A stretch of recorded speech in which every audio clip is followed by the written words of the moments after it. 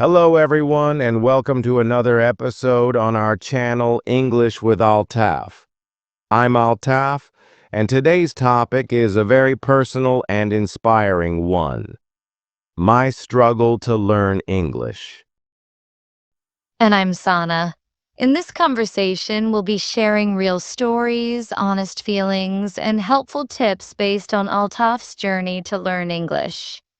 We hope it motivates you and shows that no matter how difficult the path is, you can succeed. Sana, thank you for joining me today. I'm really excited to talk about something very close to my heart, my own struggle to learn English. It's my pleasure, Altaf. I think many people will relate to your story. So let's begin. Tell me, when did your struggle to learn English actually start? It started when I was in school. I came from a village where English was not spoken at all. We only studied basic grammar from textbooks. There was no one to practice with, no one to guide me, and honestly, I didn't take it seriously at first. That sounds difficult. Did you have access to the internet or English learning materials at that time? Not really. Back then, we didn't even have a proper internet connection at home. I had only one English book, and I used to read it again and again. I remember how I couldn't understand the meaning of many words, and there was no dictionary with me. So I used to write those words in a notebook and ask my teachers or friends later. That's a lot of effort. What was the biggest challenge for you during that time? The biggest challenge was speaking. I could read and write a little bit, but I was afraid to speak English. I always thought people would laugh at me if I made a mistake. That fear stopped me from practicing.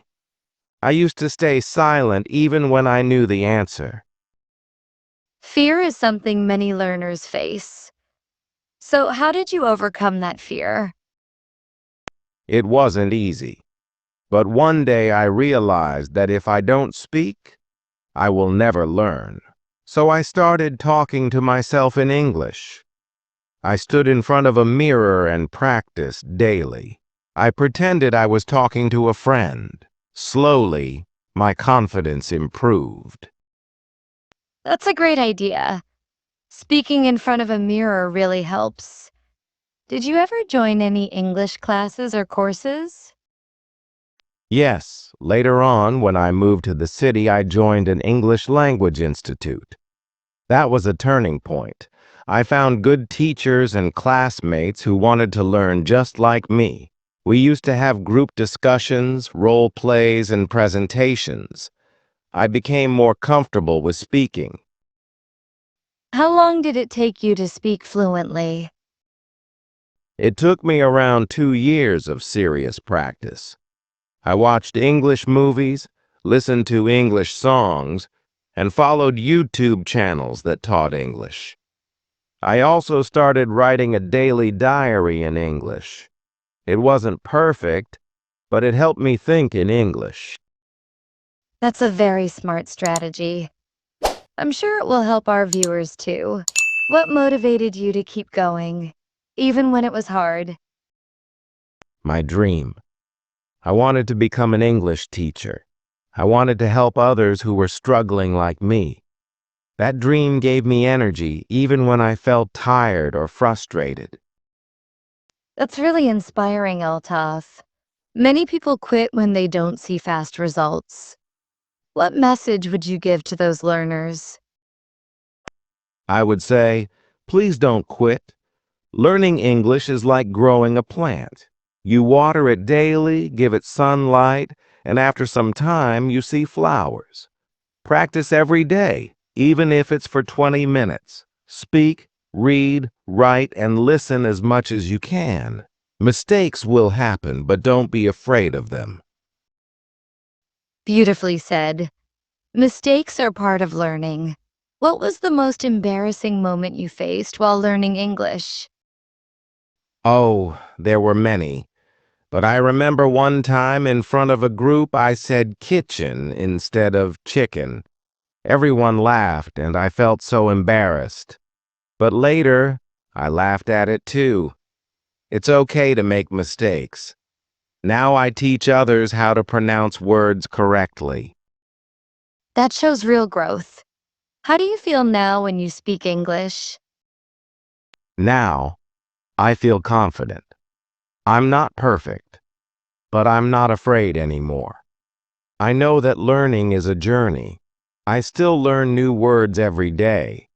And the best part is, now I help others through my YouTube channel and classes. Yes, and that's something to be proud of. From struggling to speak to teaching thousands of students, that's a big achievement. Thank you, Sana. I just want people to believe in themselves. If I can do it, anyone can. You don't need to be rich or live in a big city. You just need passion and regular practice. That's true. Before we end, could you give 3 final tips for our viewers who are still struggling to learn English? Sure. Tip 1.